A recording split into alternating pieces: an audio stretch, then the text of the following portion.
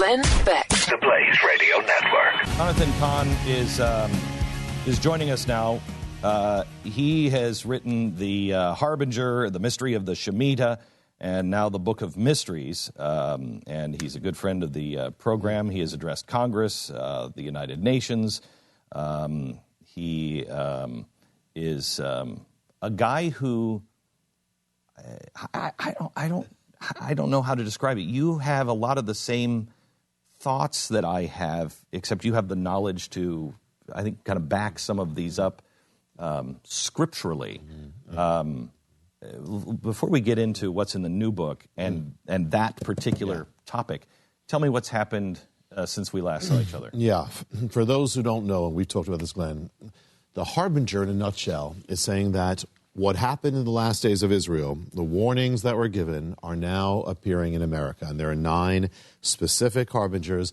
And as the nation fell away from God, the warnings came. Well, they've come here, and that's what the Harbinger says. But one thing I didn't go into as much, and that is that when Israel was falling away from God, they went to another god. You don't fall away from God without going to another god. Yeah. So they went to the god Baal. Baal was the god of sexual immorality. He was the god where they offered their children as sacrifices. He was the god of their basically calling evil good, good evil. He's the epitome of when you go away from God. And he was also the god of weather and the environment, and the god of war and finance. That is right. I mean, it's That's right. They said, he's going to give us prosperity. We're going to go with Baal. Well, so the thing is, when the harbingers came, behind all the harbingers is they're worshiping Baal. So he's the god of the harbingers in a sense of when judgment comes. Well, America, now, we're watching it race away from God. So could it be, we never admit that we're worshiping any other god. We never admit that we have idols, but of course we do. Could the sign of Baal appear on American soil? Well, here's the thing, Glenn. 1 week ago, the sign of Baal appeared in America. It appeared in New York City. I was there. I went there to see it.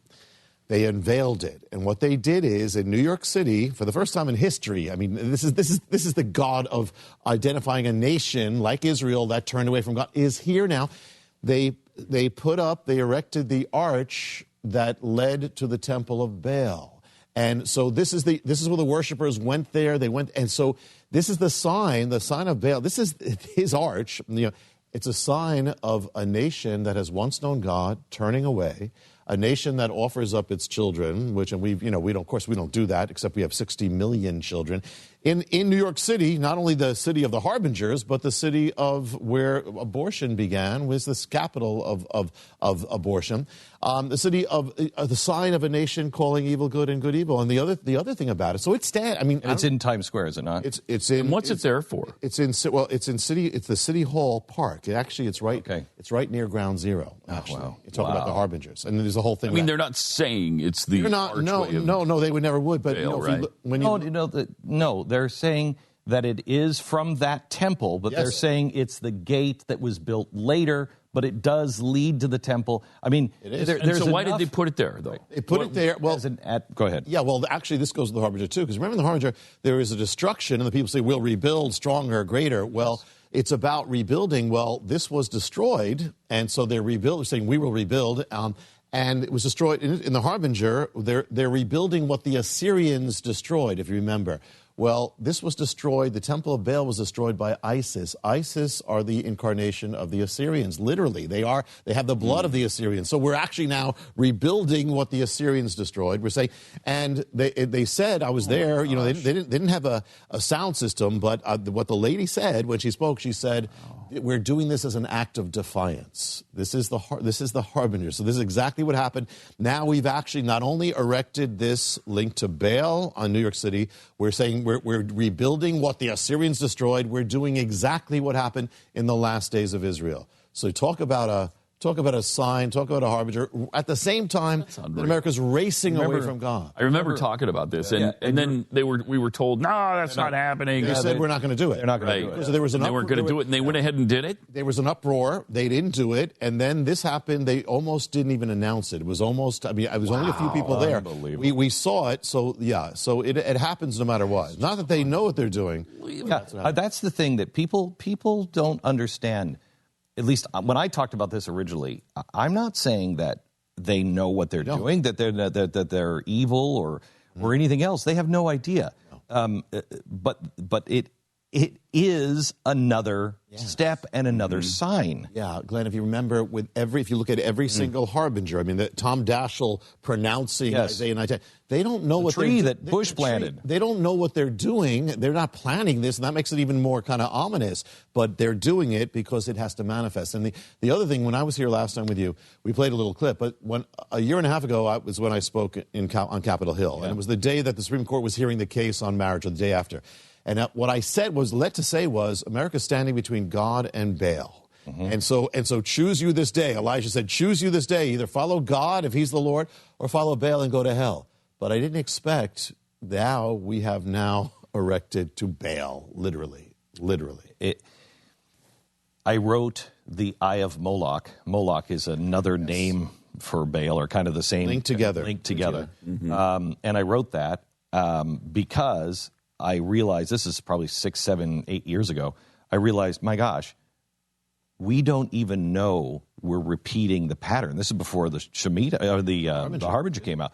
We don't even know we're repeating this pattern, but if you look just at the pattern and you disconnect yourself from the idea that somebody is orchestrating all this, don't think that. Just look at human patterns. We're repeating the pattern. Yes. I want to talk to you a little bit about... I've been thinking about Jeremiah an awful lot. And Jeremiah keeps going back to the king. And he's telling the king, look, what I find fascinating, because I think this is another pattern. Yeah.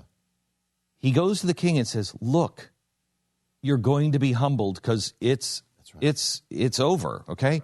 You're going to be humbled.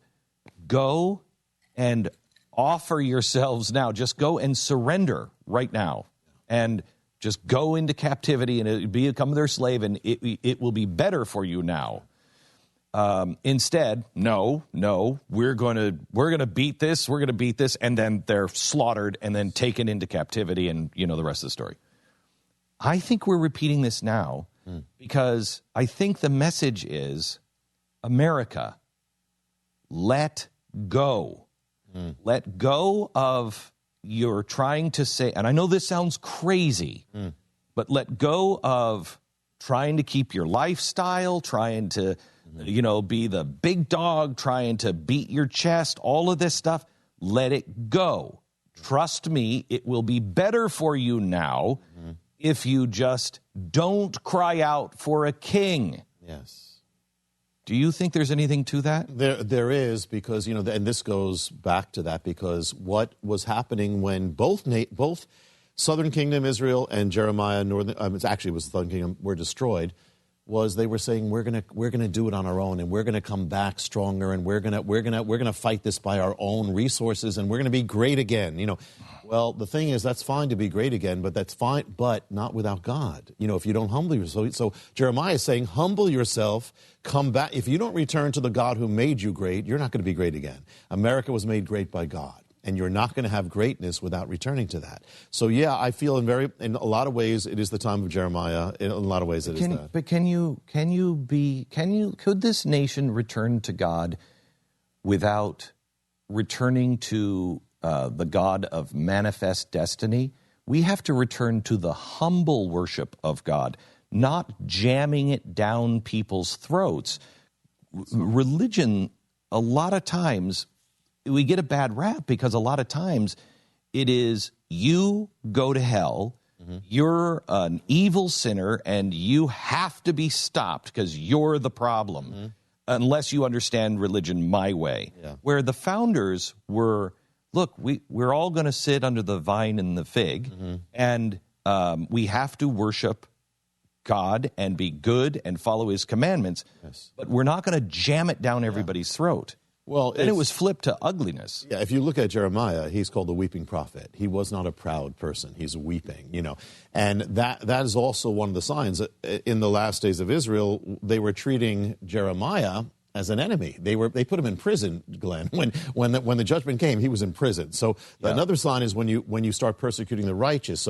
But the righteous have to be humble, and you have absolutely. So was Jeremiah. But we're also living in those days too. We're seeing the beginning of persecution at the same time. I know. Yeah. I was thinking about this the other day, that having a firm reliance in the protection of divine providence means that you're willing to lose your house, your nation, your life. Because you know that whatever it is you're supposed to do, as long as you're in lockstep following him, you will be able to accomplish that. And I thought, look at how many people, even Nelson Mandela. Nelson Mandela hadn't even been seen or heard in a decade, and yet he has his transformation, his humbling, and he changes South America and changes the world. He changes the world from a prison cell. You know what I mean? There's something to let it all go, not your way. It's not going to happen your way. Yeah. Well, and this is what Jesus said. He said, he who loses his life will find it. Humble yourself, you'll be exalted. And it goes back to George Washington when he gave the warning, listen, it's not about being great. He said, if you follow God, God's going to bless you. Don't seek the blessings, seek God. If you turn away from God, America, the blessings of God are going to be removed. Can you explain, because I don't think people understand covenants, can you explain why the covenant that George Washington made in this country matters? It's not a promise, and it's not something that other countries have done. It's just us and Israel. Explain a covenant for people who don't understand really what that means. Well, with Israel, God said, I'm making the covenant with you, and we are one, and there's terms to the covenant, too. If you follow, you're blessed. If you don't, not so. I will, and so America was founded, but even goes back to the Puritans. They said we are in covenant, meaning not saying it's the same as God, but we said we will make a covenant with God that we'll follow him, we'll glorify him, and if we do this goes back to Winthrop, then to Wash, then onward. If we follow him, we'll be the most blessed people on earth. Well, that's happened. It happened. But if we turn away from God and his ways, or Washington said, if we disregard the eternal rules of order and right, which heaven has ordained, then the smiles of heaven are going to be removed from the land. There's a price to it. To whom much is given, much is required. And so we have been given much. We were here last time, a year ago, America made a very big decision about the order of God concerning marriage. Well, that's major. Major. You cannot disregard the rules and order of heaven. Do you believe in punishment, or just, when you ignore the rules of the universe? I mean, George Washington said it in a very non-religious sort of way. There are certain rules that you just obey. Yeah, I think it's both, Glenn. I think God sets up things, and if you go against it, that happens. At the same time, there's correction. There's correction of saying, come back. Most of us don't come to God until something happens, and that's not true for just for people. It's true for a nation. And that's why I kind of fear that there's a shaking coming to America, but for our own good. So, Jonathan, let's go through the mysteries and how it relates to us today. Yeah. Well, I feel, this is what I felt. I feel that we're going to be seeing very hard times, and hard times for believers as well, and those who are standing for God.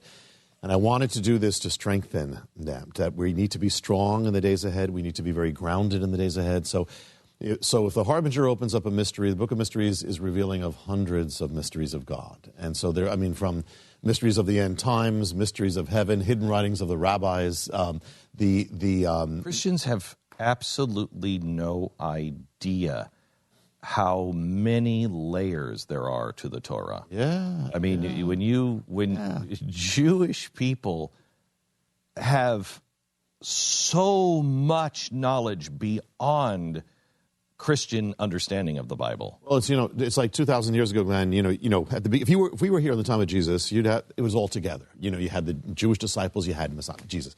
Then they went their two separate ways. Most Jewish people lost something very big and Messiah, but the church lost something, and that is the roots. That's the heritage, and I believe and the understandings. Christians look at the Bible and they go, it's true because I can read it and it just speaks to me. Yeah, that, and there's about 400 levels beyond that underneath that you don't know because it's not taught. Which you would not get, anymore. and you don't. And if it's great. Our translations are great. English is great, but there's things hidden in the original language. I'll give you an example. This first one's the Greek. This is an end time. There's some of the things in there are end time mysteries. There's a word that's used when it says before the end comes, there'll be a great falling away from the faith. Now we see that, and it's called. We have the word apostasy. I mean, it's a civilization falling away from the ways of God. Well, we're watching it. We're talking about it, but people don't know, hidden in that original word is something, a whole other thing. Apostasia in the Greek doesn't just mean a falling away from faith. It literally means a departure from the state of being. So here's what it means. In the same day when you see culture falling away from the ways of God, you're going to see the departure from the state of being. Man departing from the state of manhood. Women departing from the state of womanhood. Marriage departing from the state of marriage. Family from the state of family. All these things we are watching. You want to know the reason why we're hearing all these things? Why the news, blending of gender and all these things? It goes right to the word. It was hidden 2,000 years ago. You'll see the same thing at the same time. You say to people who say, we've seen these before. People have been looking for, because you believe we're headed towards the literal apocalypse? Yeah, we're end times, yes. Yes, okay. We are, yes. What do you say to people who say, we have 1 minute here before the break? Okay. John, there's been a falling away a million times. We've never seen a falling away to this degree. We're seeing things that even Sodom and Gomorrah didn't see. So we're seeing things that are unprecedented. On top of that, the key sign that was given that you'll know, it said, when you see Israel come back in the world, that's it. Never happened before. It said, and for 2,000 years, most of the church said, not going to happen. But God said it would happen. Jesus said, I'm not coming until it does happen. So 1948, back in the world. Then it says Jerusalem, 1967, there. It says the world will focus on Israel, will be a controversy. We're watching it. Then I was an atheist. That's what got me. You were an atheist? I was an atheist, totally. Back in just a second, Jonathan Cahn, The Book of Mysteries. Back in a minute.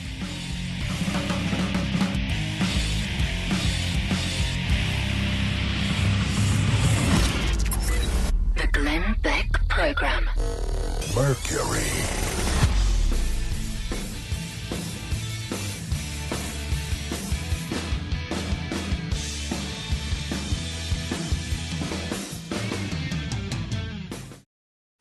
Glenn Beck. The Blaze Radio Network. Jonathan Cahn has had a international and national bestseller for quite a while, The Harbinger, and then The Mystery of the Shemitah. How long was The Harbinger? Top 5? New Times, 2 years, I think. 2 years. Yeah. And I never wrote a book. I didn't know how to write books, but I was led to do that. Just an amazing book, and just feels right to me. And you don't have to be really religious to, there's a lot of stuff in there that you're like, okay, not a bad wake-up call. Yeah. Not a bad wake-up call, but we've missed all of them. As Israel did. It's scary. That's the template. How many more do you think we... Wake-up calls we're going to have? The pattern with ancient Israel is, the warnings came, they ignored it, and then as they ignored it, the shakings got bigger and bigger, or more and more, until either they were going to come back to God or they're heading to destruction. Well, they headed to destruction. I pray that's not the same for America, but we're following the same course. We're not getting better. As a culture, we're racing away. They went into slavery.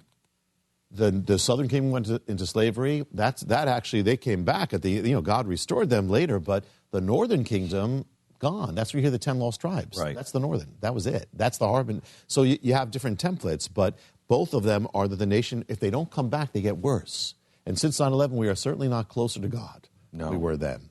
That's the scary thing. So this book, you had, 360 mysteries, and you had to narrow it down. And I'm interested to hear, because I know what I feel we need. Mm-hmm.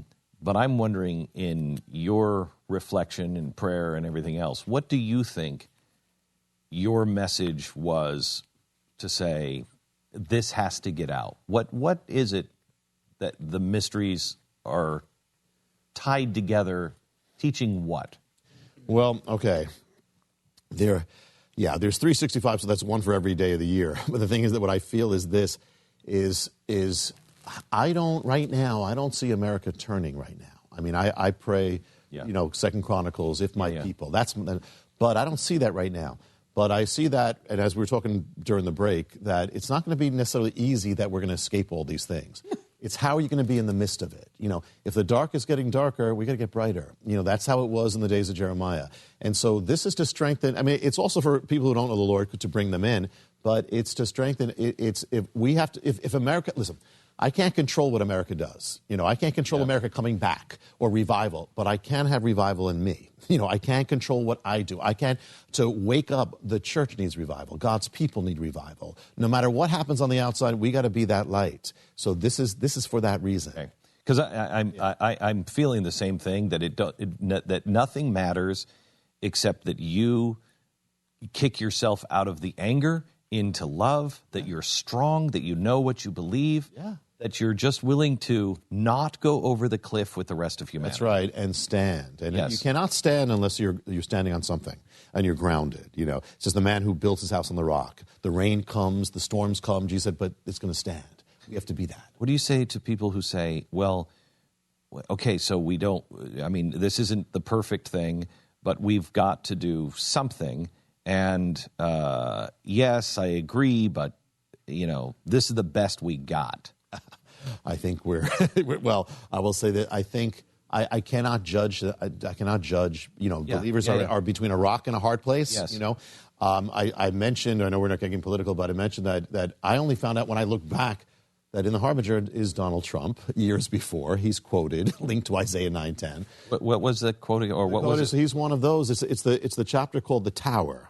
And, it's interesting because Donald Trump is linked to towers, Yes. And it's where the people of Israel are saying, we will rebuild stronger, bigger, better, higher. We will rebuild, we'll come back. Donald Trump is one of the ones quoted where he says, we got to build this tower higher, bigger, stronger than before. We'll be great, And listen, but here's the thing. On one side, if I look on one side, I see a platform, I see an agenda that is totally against God. Yeah. I mean, it's gigantically, and we're going to be in big trouble on one hand in that sense. On the other hand, I see a big risk. We don't know what Donald Trump's going to do, but I don't see any hope on the other side.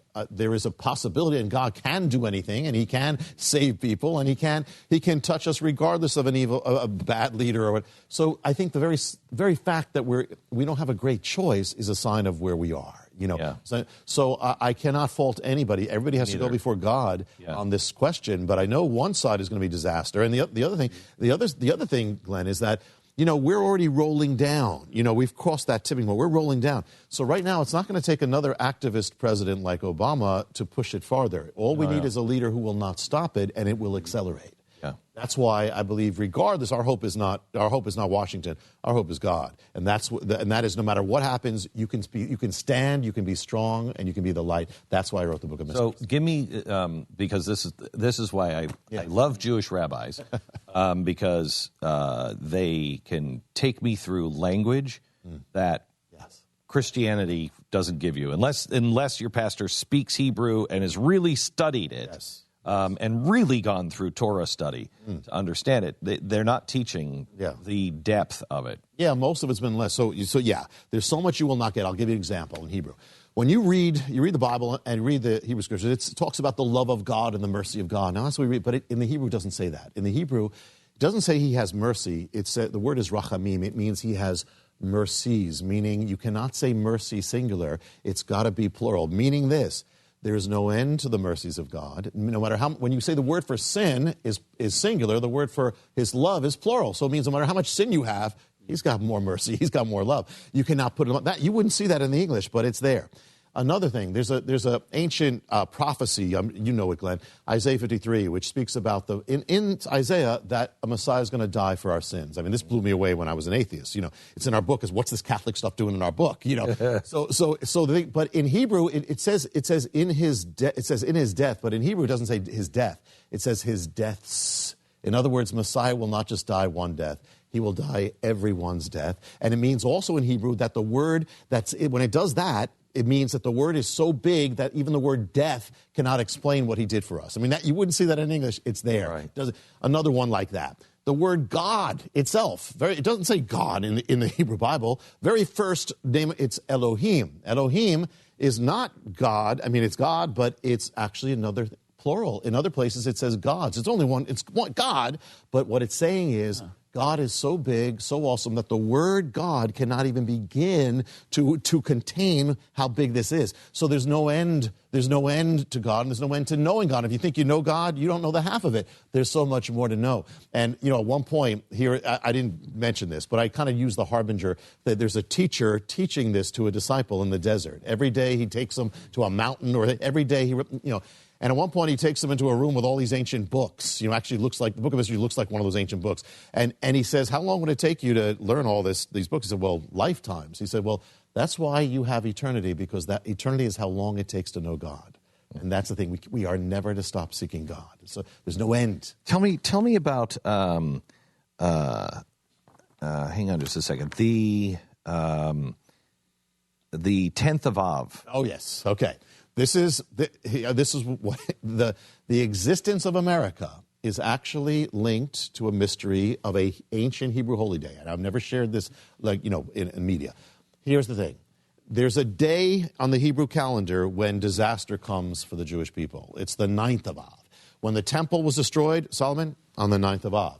Hundreds of years later, Jesus predicted it. Temple of Herod destroyed by the Romans, same exact day, 9th of Av. The Jews are driven out of England, 9th of Av, out of Spain, 9th of Av, out of France. Holocaust is even linked to the 9th of Av. So this is a day of destruction, disaster, mourning. But it's a big day in Israel. Big day, and it keeps happening. And but here's the other thing about it. But the 10th of Av, God always brings a redemption. When they're out of one land, he's preparing another land. He keeps them alive. He keeps the Jewish people. So the 10th of Av is about redemption, begins the redemption. Well, here's the thing, Glenn. This is a few hundred years ago. The Jewish people have to flee Spain. They're fleeing for their lives. They're told, if you don't get out, we're going to kill you. If you don't or convert to, we're going to kill you. They're fleeing on their ships, and it's 9th of Av again. 9th of Av, destruction. They're losing their greatest refuge. May I guess the year? You may guess. 1492. 1492. The ocean blue. Yes. And so in the same not just that. It's the same week. It's the same, right?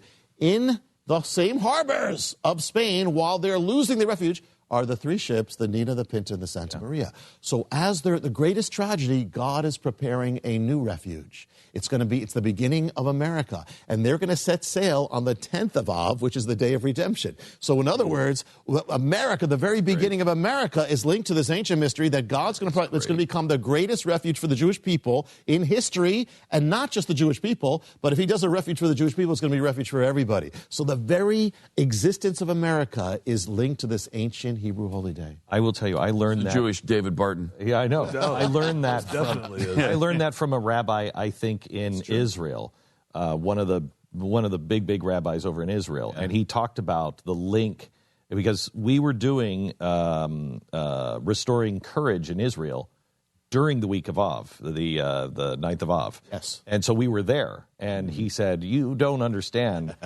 And he explained the 9th, and then he explained the 10th and said, "Great, here's the link to America." Is that in the Book of Mysteries? Yes. That's one of 365 mysteries, the 10th of Av mystery, yeah.